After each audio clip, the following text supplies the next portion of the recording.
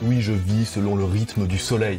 C'est-à-dire qu'une information que vous voyez passer sur les réseaux sociaux, elle est soit manipulée, soit fausse. Breaking news sur le Crypto Daily. Je me fais rect, évidemment, comme tout le monde. On est déjà boiteux, et là on se prend une cartouche de l'enfer dans le genou qui est à peu près valide. Peu importe le messager, seul importe le message. Le Crypto Daily. Mon nom est Benjamin Cohen. Et vous êtes bien sur les interviews du Crypto Daily. L'interview est claire, en 15 minutes chaque samedi. Découvrez un membre de l'écosystème Web3, ses projets, ses envies et bien sûr, la vision du futur. Helmut, salut. Magic, salut. Merci de ton temps pour le Crypto Daily. Comment ça va aujourd'hui ? Remerciement que je te renvoie immédiatement, que de m'inviter ce soir, ou ce matin, quelle que soit l'heure à laquelle ce sera diffusé. Ça va très bien, la vie est belle, il est 8h du matin à Tahiti, à Moorea, plus exactement. Chez nous, il est 8h du soir à Paris. C'est ça, et tu as un gros pull, et ça me perturbe. Ça me perturbe d'autant plus que sur ta photo de profil, t'es tout élégant, là on dirait un gentleman. Et la réalité, comme souvent malheureusement, eh bien, nous confronte à une forme de désillusion en la matière. Il fait froid, ça caille. J'aimerais savoir comment tu es, mais je ne le vois pas, donc je vais imaginer que tu viens de te réveiller, t'es peut-être en short, petite chemise sans manches, fleurs dans les cheveux peut-être. Alors, dans la manière dont tu le présentes, il y a une forme, comment dirais-je, presque d'affection particulière que je vais bien prendre. Alors je suis réveillé depuis un bon moment. Je commence à bosser je me réveille vers 4h et je bosse vers 4h15 du matin. Tout le monde fait une drôle de tête quand je dis ça en mode « Oh, t'es trop courageux !» Mais en vrai, à côté de ça, à 20h30, je dors, faut plus rien me demander. J'ai le biorhythme d'une poule, vous voyez. C'est-à-dire que si je veux être classe, je dis « Oui, je vis selon le rythme du soleil. » Ça, c'est la version un peu mindset, tu vois. Dans la réalité, je m'adapte un peu à la galine assez moyenne, que vous allez peut-être entendre d'ailleurs derrière moi, puisque je vis un peu dans la Cambrousse. Et donc, sinon, je suis en short de surf, en claquette, et c'est à peu près tout, les amis. Donc, je vous laisse maintenant divaguer avec votre imagination. Je te jalouse fortement. Mais tu n'as qu'à venir. T'as failli venir, d'ailleurs, l'année dernière. J'ai failli venir l'an dernier au Pix. J'ai failli venir, c'est resté à un problème de date avec ma femme. Ah, parce que avec ton épouse, on n'a pas suffisamment travaillé le côté sable blanc, le côté perle noire, la dimension faïnée, monoï. Le côté enfant. Ah oui, ça c'est toujours le même problème, ça. C'était ce côté-là le problème. Et bon, on prend un petit peu de temps dès le début, mais tu sais quand je dis à ma femme, hop, je vais à Tahiti, mais c'est pour le boulot, t'inquiète. Elle me dit ouais, bon là t'abuses, tu vois, je vais venir avec toi peut-être. Il y a pas de scénario du multivers où ça passe facilement en mode ton épouse qui te regarde, tu es courageux, mon amour. Vas-y, envoie-moi une carte postale. Mais on va essayer de s'arranger. En tout cas, je te propose qu'on commence les questions après cette intro très sympathique. Est-ce que tu es chaud, Helmut ? Est-ce que je suis chaud ? Je suis toujours chaud, il fait toujours chaud. Donc c'est un peu fastoche. Pour ton audience quand même, tu m'as dit un truc complètement délirant en coulisses il y a quelques minutes, à peu près 7 ou 8 minutes. On va faire 45 minutes. Alors voilà, je laisse juste cette information comme ça, en incipit, en introductif. Et j'ai jamais fait une intro aussi longue. Ah bah direct, d'entrée de jeu, voilà. Mesdames et messieurs, on en rigolera dans 45 minutes si vous y pensez. Alors, je te propose de commencer. Est-ce que tu peux te présenter rapidement en 1 minute ? Alors, c'est pareil, les gars essayent toujours d'assortir leurs questions rapidement, de manière succincte, moi très bien, mais ça changera rien à ce qui va se passer, tu le sais mon pote. Donc, ouais, ok. Mais déjà, si tu prends 20 secondes pour reprendre la question, déjà on est mort. Si, c'est méta, je commente le commentaire, tu vois, et c'est là où tu sens tout de suite, tu te dis mais dans quoi je me suis embringué là ? Donc ok, je suis Helmut Banner, je suis rédacteur en chef du Journal du Coin, créateur du sommet Polynesian Island Crypto Summit, le PIX de Tahiti, dont la première édition a eu lieu donc en juin dernier, c'est ce qu'on évoquait à l'instant, avec une partie de l'écosystème crypto européen qui nous a fait le plaisir, et au-delà d'ailleurs, qui nous a fait le plaisir de nous rejoindre. Il y a une deuxième édition qui se profile désormais à l'horizon. Et enfin, je suis derrière le projet d'Innovox Fenoverse, qui partage avec le PIX beaucoup de points communs. Et ça, c'est dans l'ordre chronologique et temporel. Voilà. On va commencer par l'ordre chronologique. Pourquoi Tahiti ? Es-tu né là-bas ? Es-tu originaire du coin ? Pas du tout ? Alors, je ne suis pas du tout originaire de Tahiti ou même pas du Pacifique, puisque je suis né en Normandie. Je suis un pur produit du cidre du bocage. On ne peut pas faire beaucoup plus rustique que ça. Voilà. Désolé pour ceux qui s'imaginaient le grand guerrier maori avec des tatouages partout. Alors j'ai des tatouages partout, mais on va être très très clair. Je ne fais pas illusion dans la rue, d'accord. Je suis en Polynésie depuis à peu près une dizaine d'années, quelque chose près. Dans le Pacifique depuis 2 fois plus longtemps. J'ai beaucoup bourlingué dans les différentes îles du Pacifique, il y a beaucoup de territoires. Et donc voilà, et pourquoi Tahiti ? Pourquoi pas ? Surtout parce que dès qu'on pose une patte sur le tarmac de Fa'a, de l'aéroport international de Fa'a, il y a une évidence absolue qui est de dire « Ok, c'est peut-être là en vérité le paradis, celui qui a été décrit au XVIe siècle par les premiers navigateurs, qui eux aussi ont eu cet effet waouh ».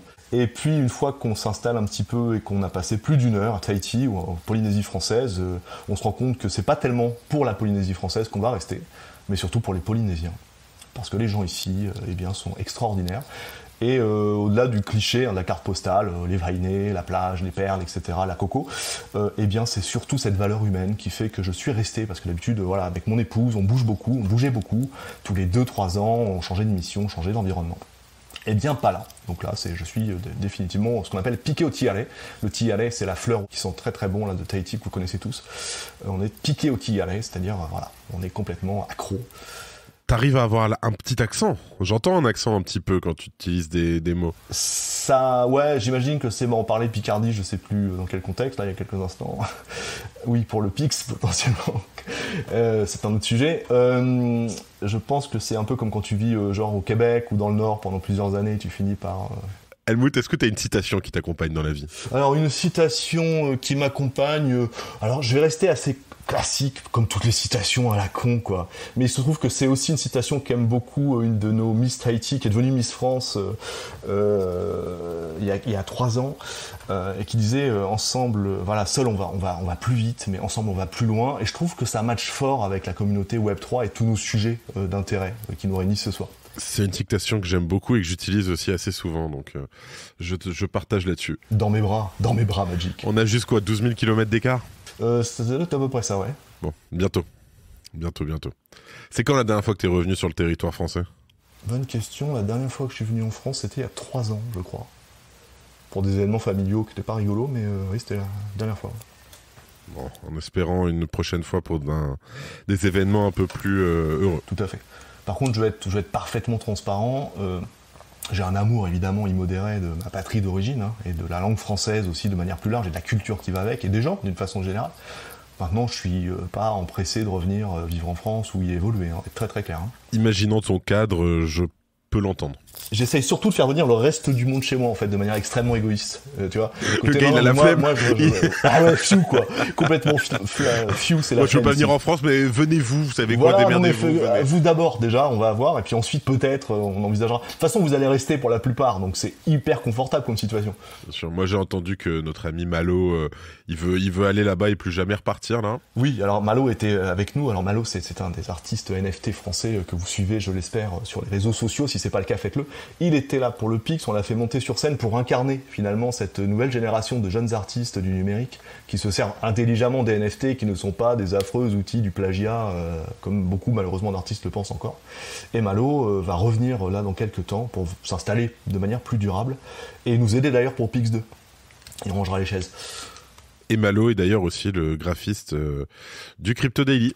Ah, très très bon boulot de sa part, merci à lui. C'est intéressant, toujours cette richesse entrecroisée, finalement on est dans ce petit monde, il faut en profiter avant que tout le monde nous vole ça, quoi, parce que ça, voilà, il y aura une dissolution un petit peu au fur et à mesure, c'est normal. Et faisons travailler les talents français.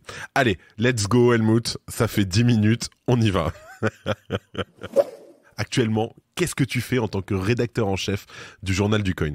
Alors, question à laquelle je vais faire une réponse tout à fait randomisée, je fais un travail de rédacteur en chef. Donc alors c'est quoi un travail de rédacteur en chef ? C'est c'est coordonner l'action et la répartition, alors à la fois technique, RH et éditoriale, de collaborateurs du Journal du Coin. Alors ça peut être des rédacteurs d'articles, mais également des podcasteurs, de la production de contenu audio, vidéo sur les réseaux sociaux.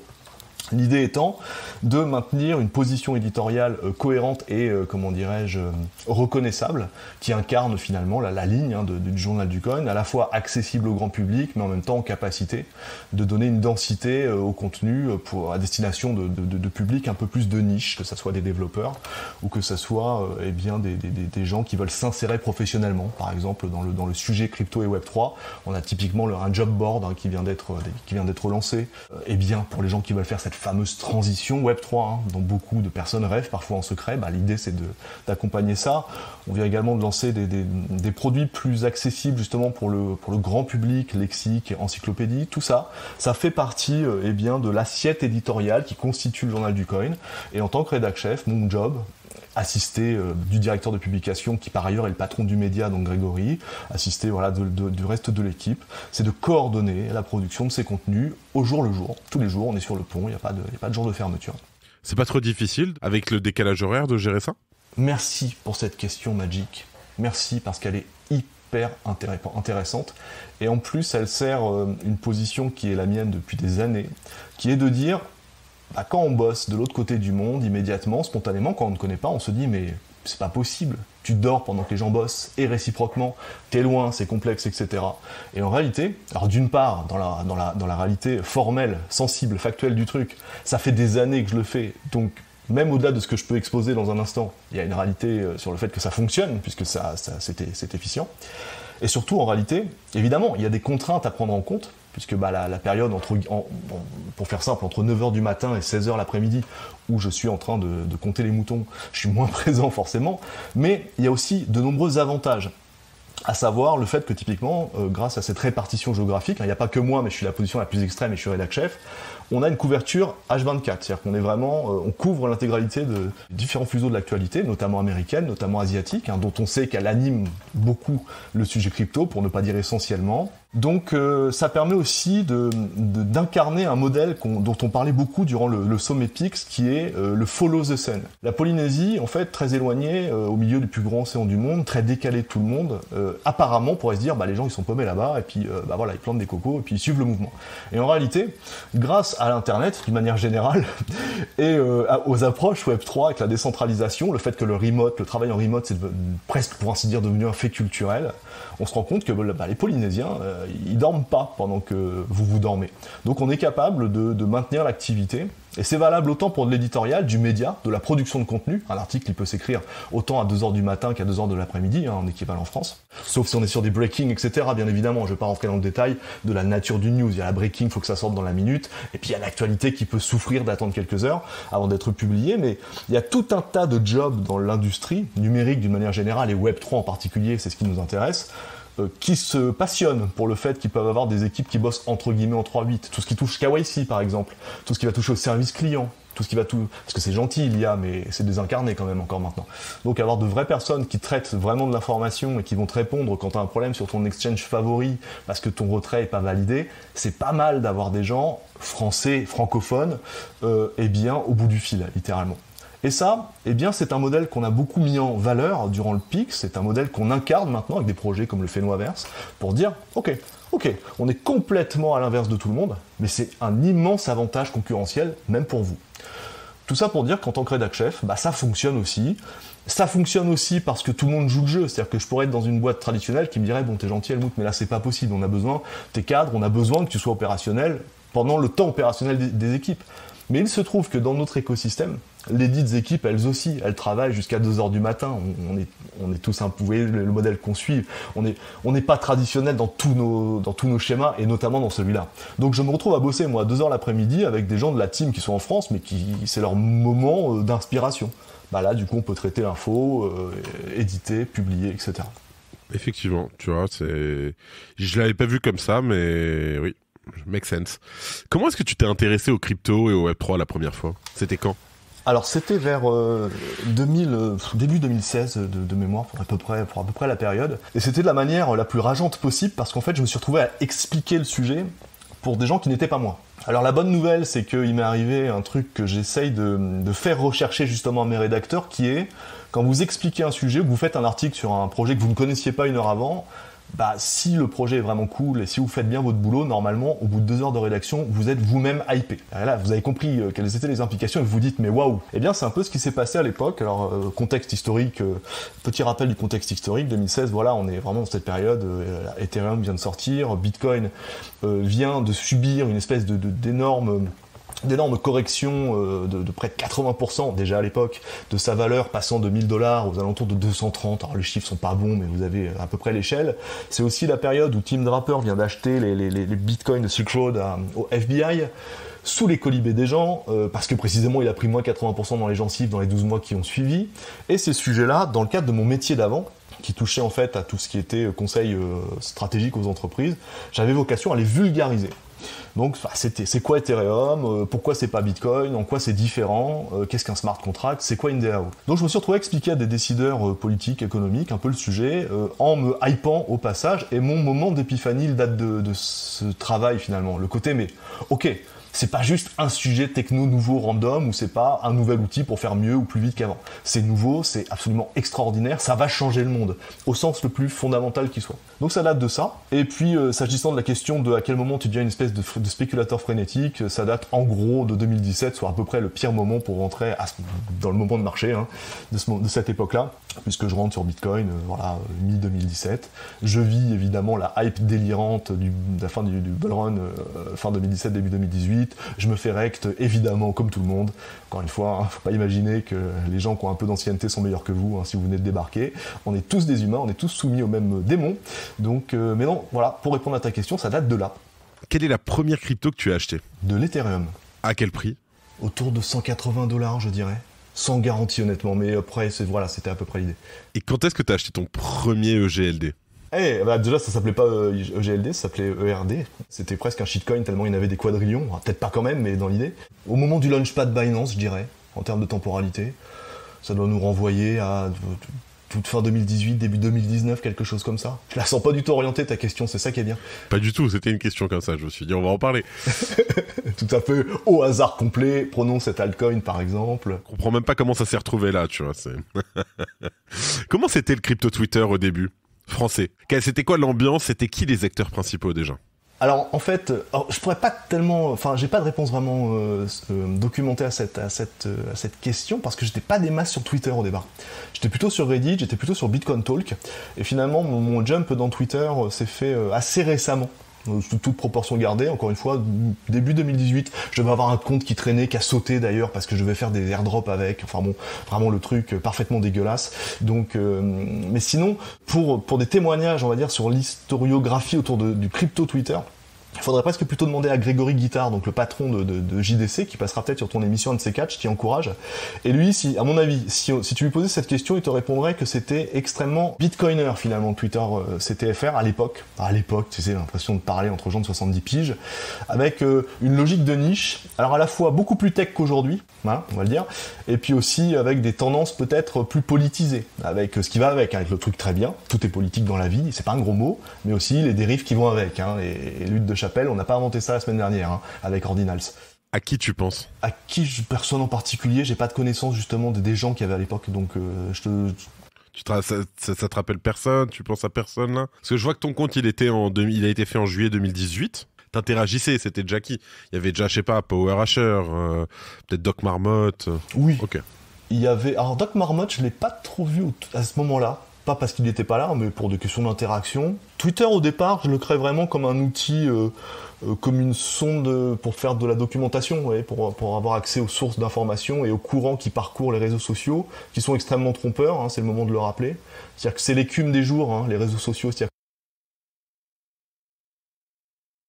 D'accord ? On va être très très clair. Manipuler, ça ne veut pas nécessairement dire dans le sens le plus péjoratif qui soit. Elle est mise en scène, cette information, pour servir un narratif. Ce narratif peut être positif, il peut être noble, mais il y a un narratif derrière. On a rarement de l'information brute, c'est-à-dire celle que nous on recherche, Magic et moi, parce que c'est, encore une fois, toi aussi tu es dans ce sujet éditorial. Ce qu'on va aller chercher, c'est l'information brute, non raffinée, et on va essayer nous de la raffiner. C'est typiquement ce que fait aussi un Artem de Hawk Invest. Qu'on salue d'ailleurs. J'aime beaucoup ces nouveaux modèles médias très hybrides, avec des gens, alors ce sont des individualités fortes, des gens qui vont aller sourcer de l'information, et on voit qu'ils vont pas aller sourcer, ou de manière extrêmement sélective, Ils vont pas beaucoup sourcer sur les réseaux sociaux, et surtout pas sur Twitter, qui est une énorme chambre de résonance délirante, pire que Reddit par exemple. Reddit étant au contraire plutôt un matériau intéressant, qui est peu utilisé en France. Mais pour répondre à ta question, voilà, Twitter pour moi c'était juste balancer une antenne pour être au courant. J'étais plus sur Bitcoin Talk, surtout le forum US d'ailleurs. Et plus sur Reddit aussi, ce que je ne fais plus aujourd'hui. Donc il y a eu vraiment une vraie bascule de comportement et de consommation de contenu. Mais voilà. Donc à l'époque, effectivement, il y avait Owen, évidemment, qui a toujours été un peu un phare dans le truc. Et puis voilà, on avait aussi Cryptomatrix qui était dans le périmètre. Et toute la team Journal du Coin, qui était peut-être plus visible, plus présente qu'aujourd'hui encore. Comment tu es arrivé rédacteur en chef au Journal du Coin ? Alors, originalement, je suis simple rédacteur. Encore une fois, rien de péjoratif, c'est simple au sens noble. J'adore le fait d'être rédacteur de base, entre guillemets, c'est le cœur du métier. Je suis rédacteur au Journal du Coin à partir de 2018, fin 2017, je ne sais plus exactement le temps. Et je commence par contribuer, on va dire, de manière un peu épisodique, à partir de mon île, sur des sujets qui m'inspirent. Je vais quitter provisoirement, enfin à peu près 2 ans, le journal pour justement prendre le poste de rédac-chef qui m'est proposé par un média confrère. À l'époque, ça s'appelait The Coin Tribune. Je suis ensuite revenu au Journal du Coin pour me voir proposer, parce que je me suis vu proposer le poste de rédac-chef. À l'époque, alors dès le premier jour, à l'époque et encore maintenant, pourquoi j'ai pas réfléchi plus de l'équivalent d'un quadrillion de secondes, c'est que le Journal du Coin, c'est une belle maison. C'est un phare dans l'écosystème depuis le premier jour. Moi, c'est avec le JDC que j'ai appris que j'ai commencé à vraiment me documenter sur l'actualité, au-delà de mon parcours personnel. Et aujourd'hui, toujours encore, avec la nouvelle génération, ce que j'appelle mes rookies, une vague de recrutement importante qu'on a eu l'année dernière. Avec toute cette nouvelle génération du Web3, l'esprit perdure. Vous savez, alors pour les plus anciens d'entre vous, connaissez ce qu'on qualifiait d'esprit canal, un peu dans les années 90-2000, l'esprit Canal+, en fait, espèce de fondation les années 80 de Canal+. Aujourd'hui, c'est devenu une chaîne random, qui vous inspire peut-être pas plus que ça, mais il fut un temps où c'était une chaîne un peu avec un tempérament marqué, une iconographie, une coloration, c'est important à mes yeux. Et ça, on essaie de faire perdurer ça au sein du JDC, avec les nouvelles générations maintenant. T'es pas le cas chez The Coin Tribune, c'est ça ? Pendant que j'y étais, j'ai essayé de créer un petit peu cette tonalité-là, et puis de mettre en place des mécaniques qui, moi, me semblent pertinentes et intéressantes. Après, je suis pas parti de Coin Tribune fâché. Comme dans la vraie vie, dans le parcours professionnel, des choses se sont présentées. En plus, il y avait une transition de vie à ce moment-là pour moi qui a fait que de toute façon, je me suis mis un peu offline quelques mois, parce que la vie c'est compliqué. Une espèce d'alchimie qui s'est refaite, quoi. Est-ce que ce serait pas plus simple, Helmut, de développer ta communauté et tes projets en France ? Non, probablement pas. Alors mes projets sont de cœur, d'âme, de réflexion et stratégiquement parlant, tout entier centré autour de la Polynésie. Donc je vois pas comment je pourrais faire autrement que d'y vivre et d'y respirer, littéralement. C'est-à-dire que ce soit le Pix, que ce soit Dinovox, que ce soit le Phénoverse et que ce soit l'ensemble des initiatives qu'on soutient localement, dont on parle pas toutes. Soutien aux artistes locaux, les interactions qu'on a avec l'exécutif local, le monde politique, le monde associatif, environnemental, municipal, très très directement. Forcément, il faut que ce soit en Polynésie. C'est mon alpha et mon oméga. J'adore mon travail de rédacteur en chef du Journal du Coin. C'est ma carte de visite et c'est ma vocation première. Mon cœur bat en Polynésie en revanche. C'est-à-dire que tout ce que je fais, y compris pour le Journal du Coin, j'ai toujours en toile de fond le côté comment ça va enrichir l'écosystème en Polynésie et comment ça va permettre au passage de montrer, pas de prouver ou de faire des efforts spéciaux, mais juste de révéler au reste du monde à quel point en Polynésie il se passe des choses et il va se passer des choses dans la décennie qui vient sur le sujet Web3. Donc c'est ça qui m'anime. Donc il faut que je sois en Polynésie pour ça. Quant à la communauté, elle n'a pas de frontières, la communauté. Elle s'en fiche qu'il y ait un océan qui nous sépare. Quand je tweete, ma communauté, elle m'appartient pas, vous appartenez tous les uns les autres, d'accord ? Il y a une communauté qui me fait le privilège, le plaisir, l'honneur de suivre, et qui interagit avec moi et qui m'enrichit. Voilà. La mécanique, elle est dans ce sens-là. On me demandait, pardon, petit aparté, mais une dernière interview que j'ai fait la semaine dernière, on me demandait c'est qui ton mentor ? Et c'est une question qui est vachement pertinente en fait. Et en fait, je m'aperçois que j'ai pas un mentor, c'est-à-dire que j'ai pas une espèce de grand gourou dont la moindre des paroles serait suivie d'un effet me concernant. Moi, mes mentors, c'est toi, c'est quelqu'un avec qui je vais interagir dans la rue, c'est quelqu'un avec qui va répondre sur un de mes tweets et où je vais me dire mais c'est une idée de génie ça. Donc les mentors, c'est les gens au quotidien qui m'entourent. Donc ma communauté, ou la communauté qui me fait, voilà, qui m'entoure, de ses encouragements, de la force qu'elle donne au projet qu'on pousse, eh bien, elle a envie. C'est bien, on a une communauté en Polynésie aussi, qui vit ici, qui travaille ici, mais au sens plus large, elle existe au Canada, elle existe en France, elle existe en Asie, aux États-Unis, on a du monde un peu partout.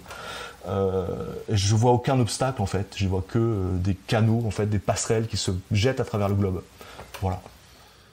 Tu nous parlais de tes projets, Dinovox, le Fenwayverse et le Pix. Est-ce que tu peux nous en dire plus déjà sur Dinovox ? Alors, si je dois parler que de Dinovox, en fait, Dinovox, ce sont des NFT, il y en aura un total de 10 000, et il faut les voir comme des portes d'entrée, des passeports, au sens littéral, le passeport qui vous permet d'accéder à quelque chose, qui vous permettent d'accéder à l'écosystème du Fenwayverse. Le Fenwayverse, c'est un métaverse qui est lui-même inspiré et qui est baigné de la lumière qu'on retrouve en Polynésie et de son environnement. On a essayé de le transposer grâce au travail assez magistral de mon directeur artistique, Nico, que j'embrasse au passage. Donc les Dinovox, finalement, c'est un petit peu les vecteurs, c'est les petits gardiens en fait, du Fenwayverse. Ils seront sur les îles. Et qu'est-ce que le Fenwayverse ? Et donc le Fenwayverse, alors j'apporte une définition, comme je le définis si on était sur LinkedIn, c'est le premier métaverse hybride de Polynésie, de loisirs, d'affaires et de tourisme. Alors pourquoi j'utilise le terme hybride ? C'est parce que tout simplement, au niveau du corpus de valeurs qu'il y a derrière la création de cet énième métaverse, il y a la conviction que les métaverses ont beaucoup de chances de se planter, mais que les rares chances, les rares scénarios où ça va matcher, c'est quand on arrivera à trouver une vraie superposition entre l'économie réelle et la vie réelle des gens, et notre approche Web3 qui nous hype tant. Parce que pour le moment, je vais enfoncer une porte ouverte que vous connaissez, qui est abattue depuis des mois maintenant, les métaverses qu'on nous met sous le pif, ils sont moches, ils sont vides de sens, ils sont randomisés, c'est-à-dire qu'à force de vouloir plaire à tout le monde, on plaît à plus personne, quoi. C'est typiquement Horizon de Meta. Enfin moi c'est mon avis encore une fois.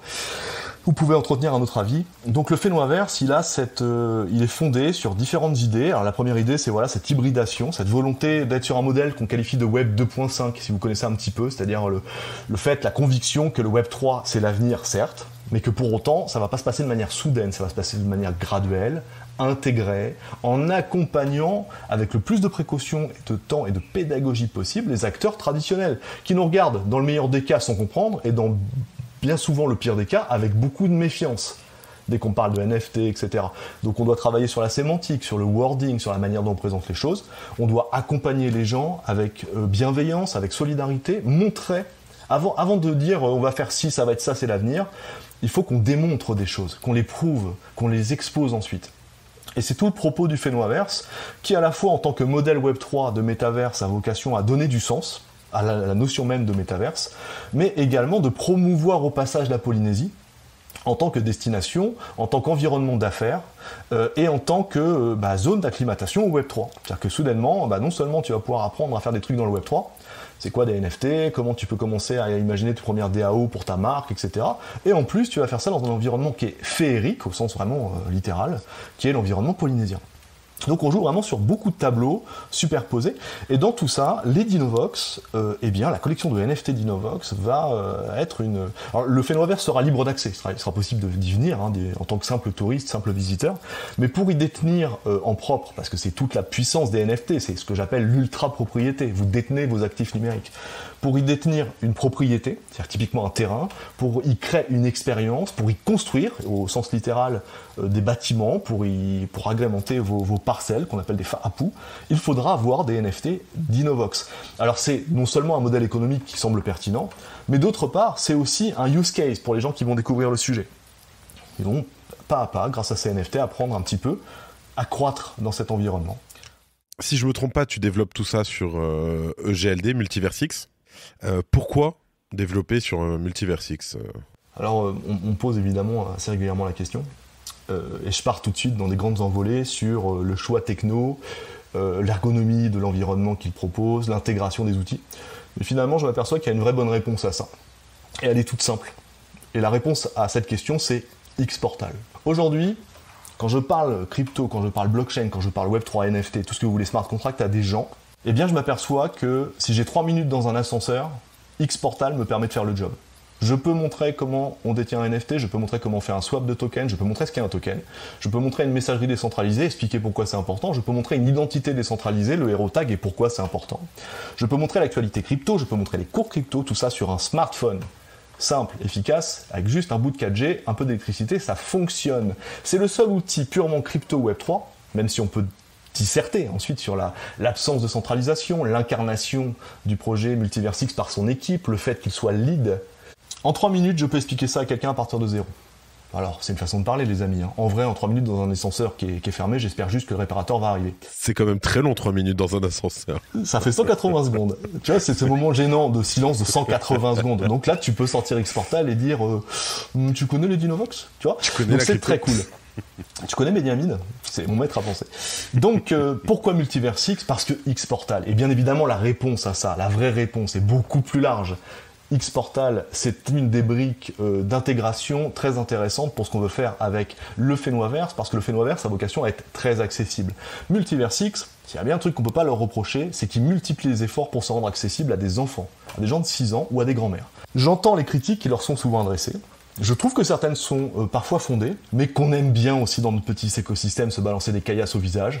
Bon, c'est le jeu. Mais pour autant, moi je suis un pragmatique, j'entreprends, j'ai des objectifs et très concrets, et pour atteindre ces objectifs dans le Fenoverse, et in fine créer de la richesse, sans que ce soit un gros mot, de la richesse pour la boîte, qui a derrière le projet Fenoverse d'Innovox, pour les gens qui bossent dedans, mais aussi et surtout de la richesse pour la communauté et d'une manière générale pour l'écosystème.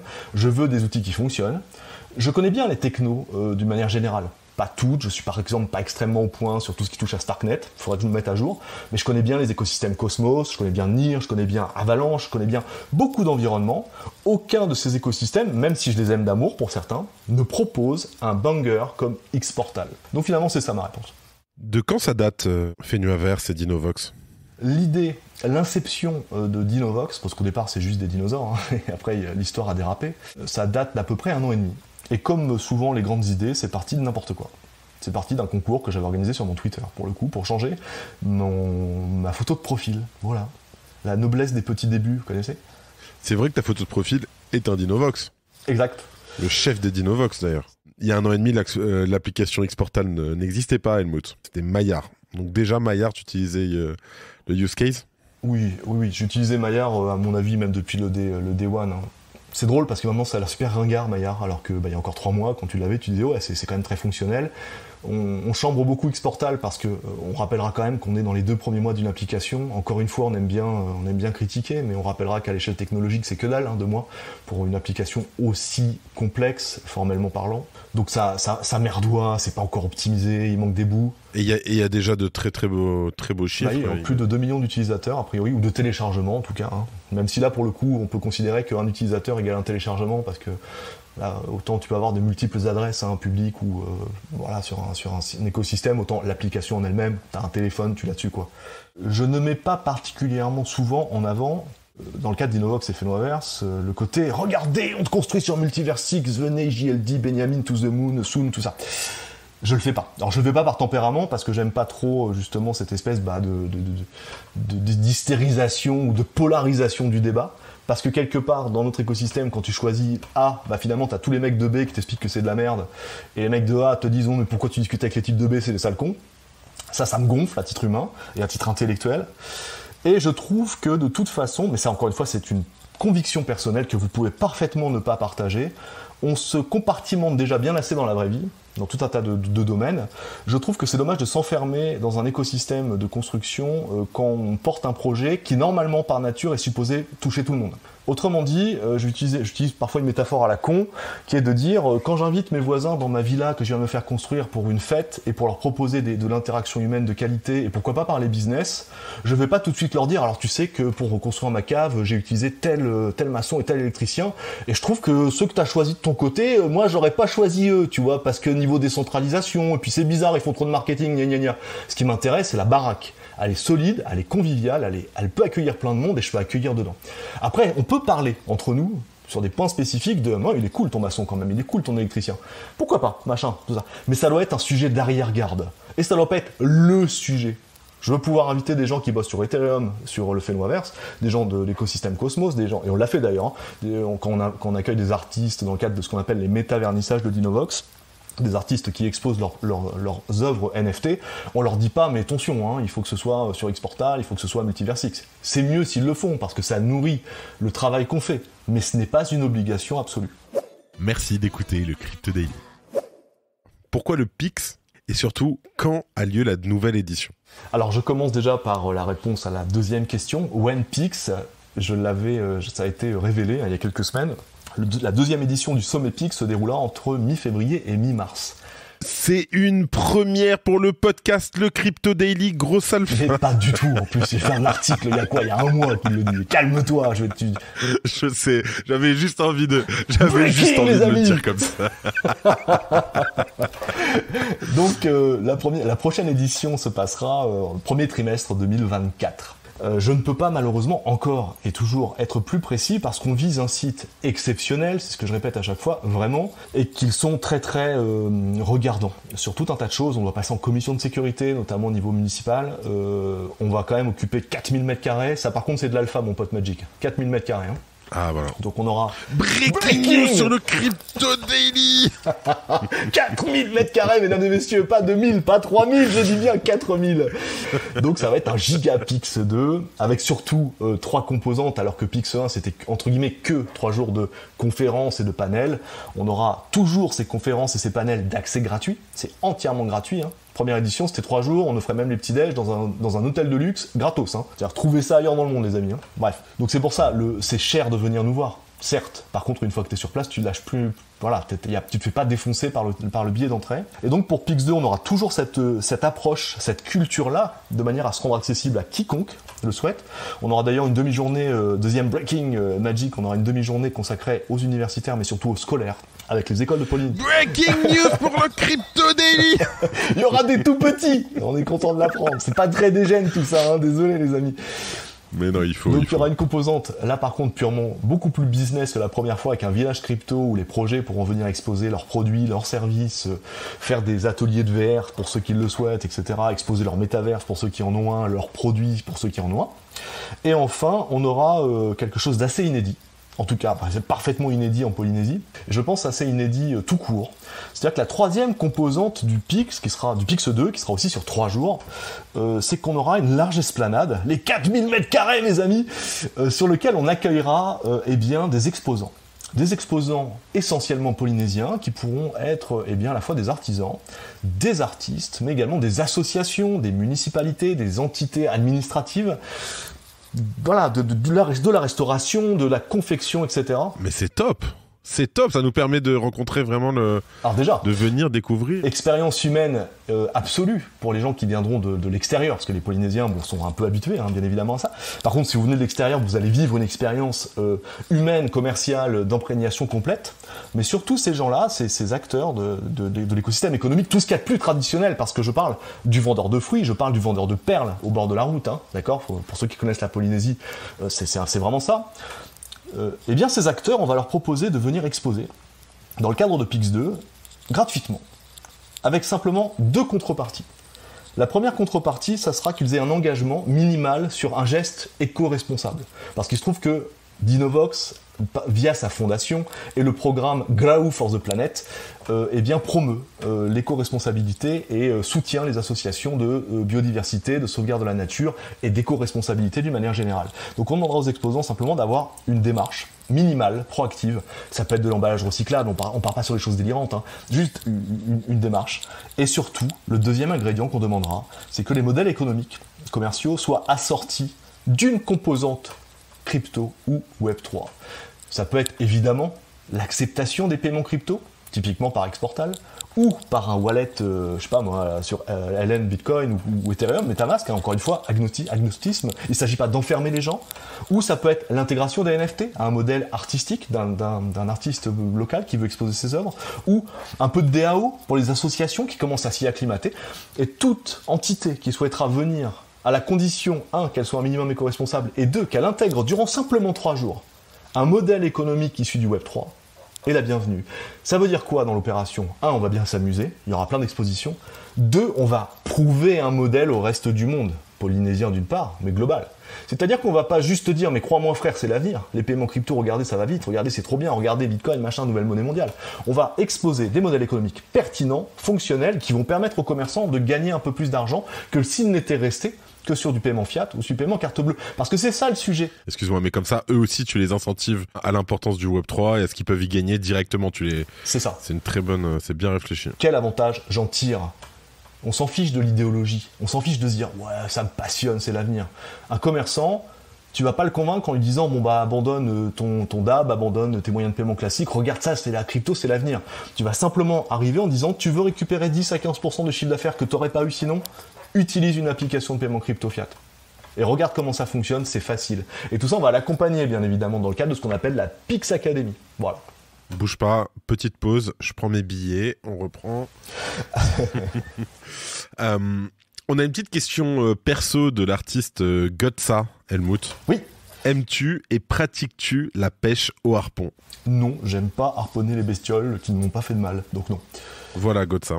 Dernière question avant qu'on se focus sur le Web3, l'actualité et l'avenir, Helmut. Pourquoi est-ce que tu gardes ton identité secrète? Alors, il faut pas y voir une espèce, comment dirais-je, de manœuvre un peu subversive ou de volonté de dissimulation, bien évidemment. Ça date de l'époque, enfin ma volonté d'avoir une certaine discrétion numérique date de l'époque où j'avais un autre métier à côté. Je travaillais dans l'intelligence économique, donc en correspondance avec typiquement des ministères, typiquement l'armée.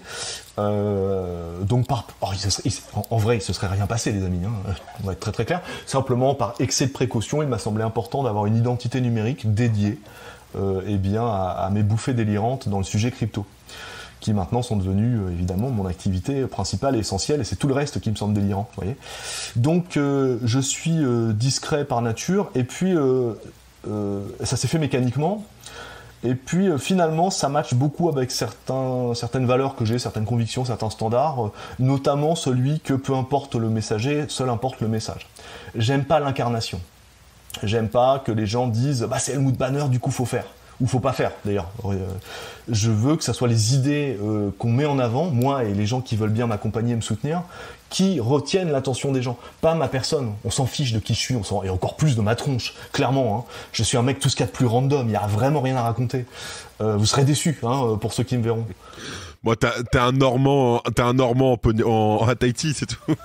Mais c'est ça. Mais parce que c'est déceptif. Regardez les NFT. Vous connaissez tous. Vous happez du NFT, vous hypez sur une collection de NFT Unreveal. Le jour du reveal, vous êtes toujours déçus. Il y a toujours une notion déceptive à la révélation. Le mystère s'appelait, c'est sexy, c'est intriguant, on se dit qu'il y a un truc, mais il y a que dalle. Il y a juste une absence d'information. Ça ne veut pas dire qu'il se passe des choses. Donc, quand les choses se révèlent, c'est toujours un peu déceptif. Pas décevant, le mot est trop fort, mais déceptif. Donc, c'est pour rappeler que peu importe qui je suis en réalité, ou ma tête encore moins, ce qui importe surtout, c'est les projets éventuellement que je vais soutenir et que je vais essayer un petit peu d'avancer. Merci Helmut. Bien entendu, tu suis l'actualité. Ça m'arrive. Quel est ton point de vue sur la loi influenceur, portée notamment par Stéphane Vogetta, que nous avons aussi reçu sur le podcast? Je vais répondre en au moins 2 points. Le premier point, c'est qu'il arrive aujourd'hui ce qu'on anticipe et qu'on a vu arriver depuis des années, qu'on a essayé d'empêcher en martelant le message de si on n'est pas plus responsable en interne en tant que communauté, on va nous responsabiliser brutalement et unilatéralement de l'extérieur. C'est exactement ce qui s'est passé. On est une communauté jeune, adolescente, ça c'est le côté mignon et rigolo pour dire ouais c'est bon, c'est touffu, c'est bouillonnant d'innovation, etc. On est aussi une communauté un peu de bourrins. D'accord, qui avons parfaitement conscience parfois de la dimension parfaitement spéculative et stupide, bien souvent, des projets, des sujets, des choses, de la soupe qu'on nous vend et dans laquelle on rentre tout en sachant pertinemment que c'est du Ponzi, c'est foireux, ça ira nulle part, mais on se dit qu'il y a du spéculatif, il y a des coups de pognon à faire. C'est très bien. Que vous fassiez individuellement, un titre humain et solo, ok. Mais au titre de communauté, on ne peut pas tolérer ça. On peut pas considérer que c'est normal et on peut pas estimer qu'il faut rien faire. Mais tu peux pas changer la trajectoire d'un paquebot à toi tout seul. Ce paquebot, c'est la communauté et globalement, quand tu vois les réactions autour du PP là ces dernières semaines, tu vois à quel point l'immaturité et le côté complètement irrationnel et spéculatif est très présent dans la communauté. Normal, il y a du pognon, il y a de la tech, il y a de la geekitude. Ok. Donc il se passe quoi? Comme on n'a pas été capable en interne de faire mieux que ce qu'on a réussi à faire au final, eh bien des régulateurs surgissent. Il n'y a pas que en France, hein, c'est global. Et c'est d'autant plus brutal que de toute façon, dans le sujet crypto, je vous rappelle quand même qu'on incarne une menace existentielle pour certains secteurs financiers traditionnels. Donc les 10 secteurs, évidemment, ont une force de frappe. C'est-à-dire le bâton est très gros, d'accord, et il a des clous dedans. Donc quand il commence à taper, on peut être très fort, on peut se dire que c'est l'avenir, tout ce qu'on veut, on fait pas jeu à armes égales. Donc la loi influenceur est une des scories, une des conséquences tout à fait, à mon avis, imparfaite, mais absolument prévisible de la situation. C'est-à-dire que c'est tellement n'importe quoi qu'au bout d'un moment, il a fallu que des textes tombent. Et ces textes sont pondus par des gens généralement non experts, parce que ne sont experts que vous et moi, en réalité. Nous passons 80 heures par semaine dans notre sujet. On peut, pour certains, avoir cumulé les fameuses 5 à 10 000 heures d'exercices qui permettent de se dire experts. Par contre, les politiques et les régulateurs nous régulent actuellement, mais à 2 mois, ils s'occupaient des casinos. Il y a 4 mois, ils s'occupaient de sujets sociaux, politiques, qui n'ont rien à voir. Donc les gens s'intéressent au sujet, s'y mettent d'un point de vue technique. Et la loi influenceur ne fait pas exception à tout ça. Et ça génère finalement un phénomène qu'on connaît beaucoup, avec que quel que soit l'écosystème concerné, quand il y a une régulation qui s'applique, que ça soit nous, je sais pas, je dis n'importe quoi, mais la chasse à courre, le commerce traditionnel, tous les acteurs du dit secteur disent mais les mecs n'y comprennent rien, ils n'ont pas intégré les bonnes informations et du coup c'est n'importe quoi, c'est unilatéral. Donc tout ça pour te dire, mon cher Magic, qu'au bout du compte, la régulation aujourd'hui elle est nulle. Mais on peut pas faire beaucoup mieux. Et il faut pas en vouloir aux régulateurs, et encore moins aux députés ou aux parlementaires qui ont porté les textes. Ils ont fait ce qu'ils pouvaient. Moi, j'ai la faiblesse de penser que les gens agissent dans leur grande majorité avec sincérité et honnêteté dans leur démarche. Il y a des exceptions, mais globalement, moi, c'est ma position dans la vie, de manière générale. Donc je suis certain qu'ils font des efforts de leur côté pour faire quelque chose d'à peu près équilibré. L'idée, c'est pas d'être dictatorial, l'idée, c'est pas de taper sur les gens pour le plaisir de taper. Donc je suis extrêmement réservé et même insatisfait du cadre qui s'applique désormais, parce qu'en plus, le journal du coin est lourdement impacté par effet de bord, par une loi qui, au départ, était faite pour plutôt viser des influenceurs à Dubaï qui vendaient des gonflements de lèvres. Donc je suis pas du tout satisfait de l'état de l'art, mais pour le coup, on aurait pu être pire. Voilà. On en parlait, les médias, c'est quelque chose qui te concerne toi, qui me concerne moi aussi, donc on va en parler. D'après toi, quel modèle économique, nous, en tant que média Web3, on peut utiliser, on peut adopter aujourd'hui pour survivre ?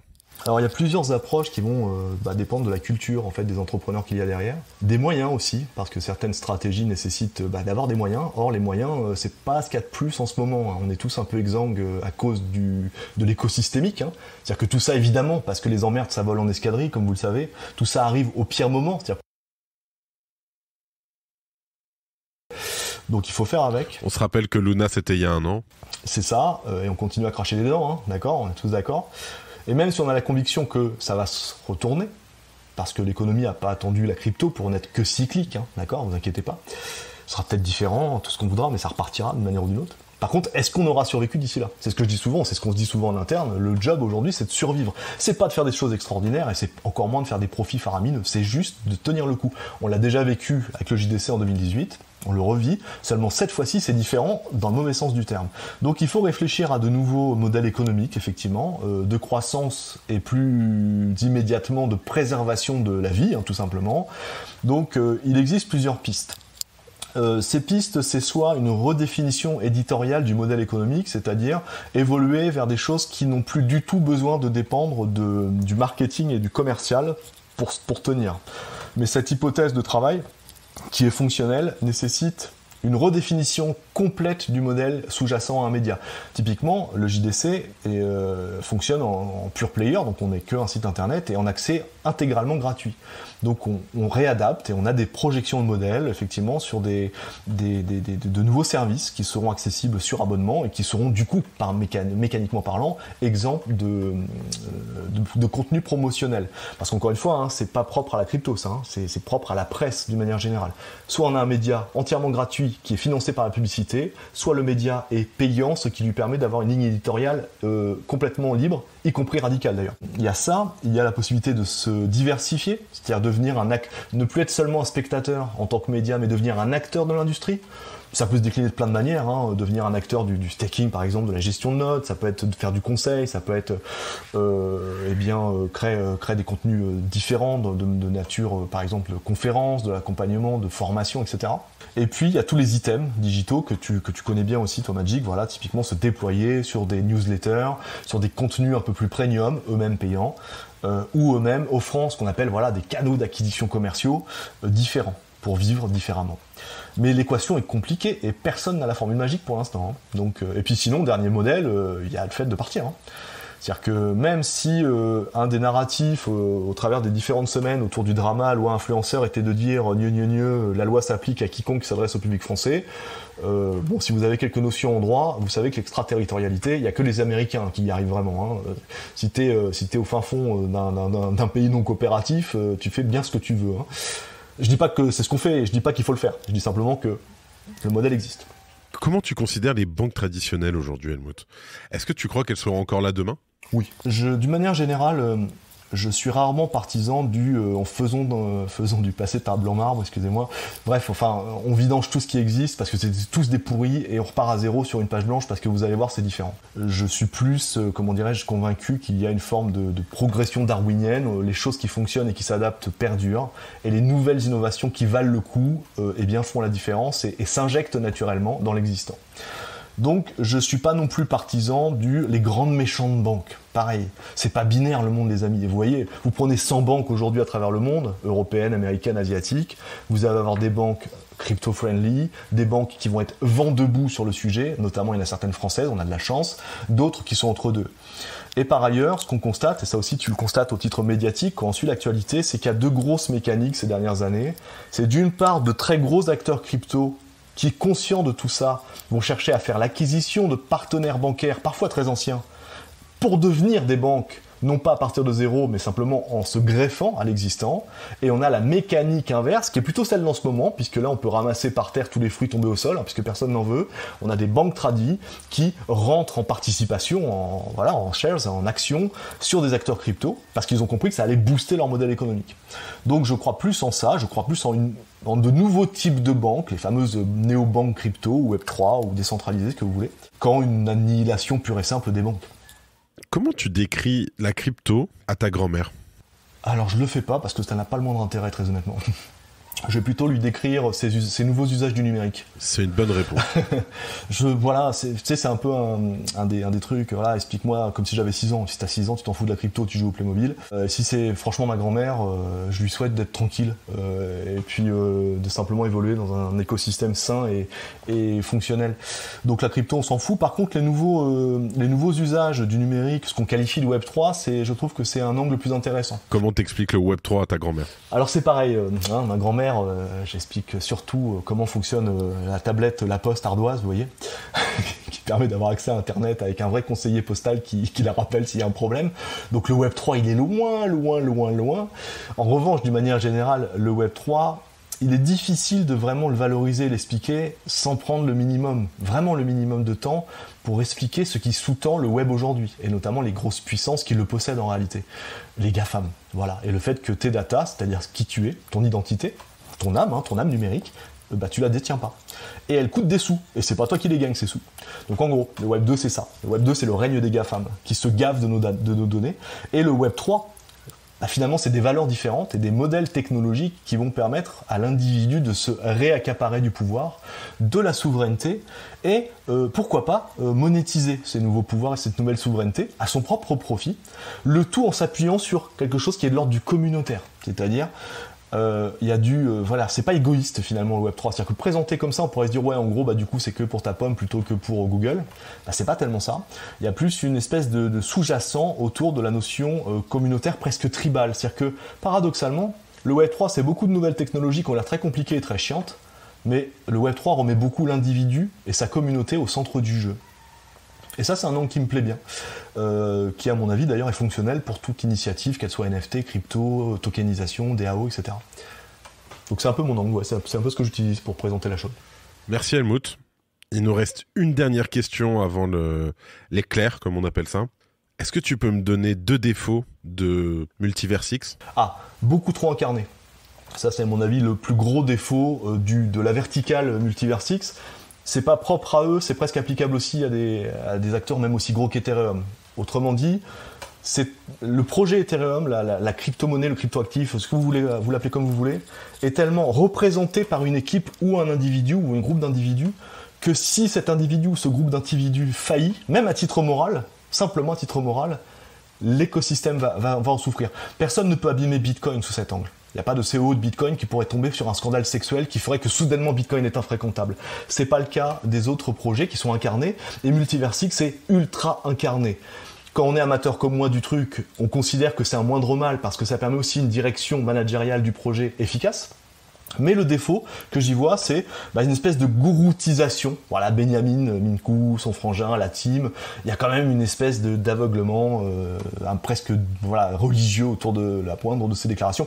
En plus, tu l'as accueilli, Benjamin. J'apprécie beaucoup l'entrepreneur, mais et ça va faire sourire ceux qui me connaissent que je dis ça, mais il part quand même des fois sur des bouffées rhétoriques un peu complexes, quoi, hein, un peu allumées. C'est marrant, moi j'aime bien, mais honnêtement, c'est pas ce que les gens attendent, je pense. Donc premier défaut que je verrais à Multiversix. Et puis le deuxième défaut, c'est peut-être un manque de respect de la feuille de route et de certains engagements. Je trouve que d'ailleurs, il y a une certaine... Étonnamment, hein, ils se font défoncer pour plein de raisons, notamment c'est que du marketing. Alors spoiler, pas du tout. Ils font pas vraiment de marketing encore, Multiversix. Je pense que ça va vraiment se voir quand ils vont s'y mettre. Par contre, il y a typiquement des choses dans leur feuille de route qu'ils n'ont pas respectées. Des choses factuelles, formelles. Par exemple, à la sortie du fameux token qui était présenté comme un token de gouvernance, le MEX, il était question de distribution, de règles de distribution qui n'ont pas été respectées. C'est un fait. Alors, pour créer un projet moi-même, et je sais que tous ceux qui en font de leur côté le savent, il n'y a rien de pire, il n'y a rien de plus difficile que de respecter au pixel près une feuille de route et les engagements pris. On se plante, il y a le principe de réalité, vous connaissez l'expression, hein, c'est la tarte aux fraises de vos idéaux, elle s'écrase sur le mur de la réalité, vous voyez.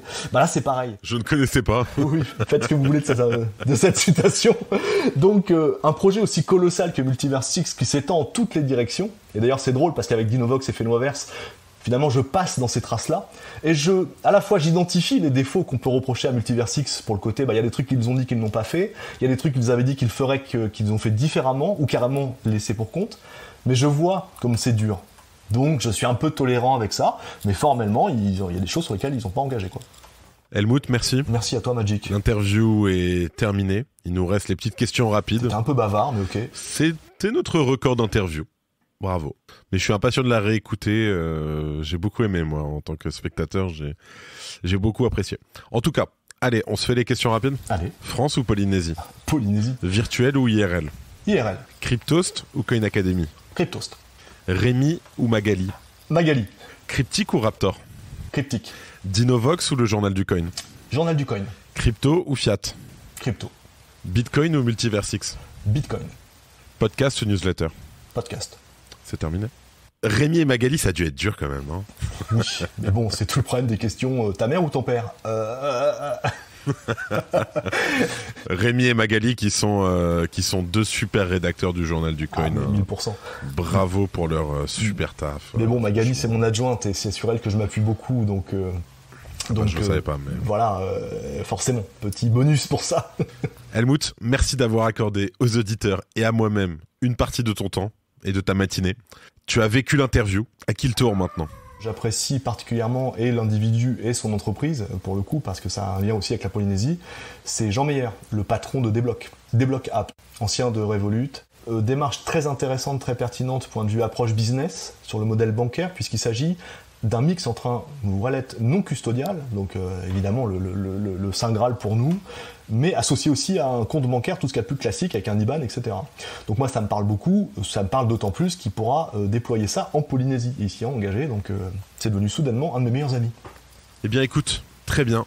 Helmut, merci beaucoup pour ton temps, c'était super de passer ce moment avec toi. On se rencontrait, et je suis impatient de te rencontrer en physique maintenant. Tu verras enfin à quoi je ressemble ? Je le sais déjà. Hop, breaking Magic m'a déjà vu. Breaking, demain à 18h, une photo d'Helmut Banner sur le Twitter du Crypto Daily.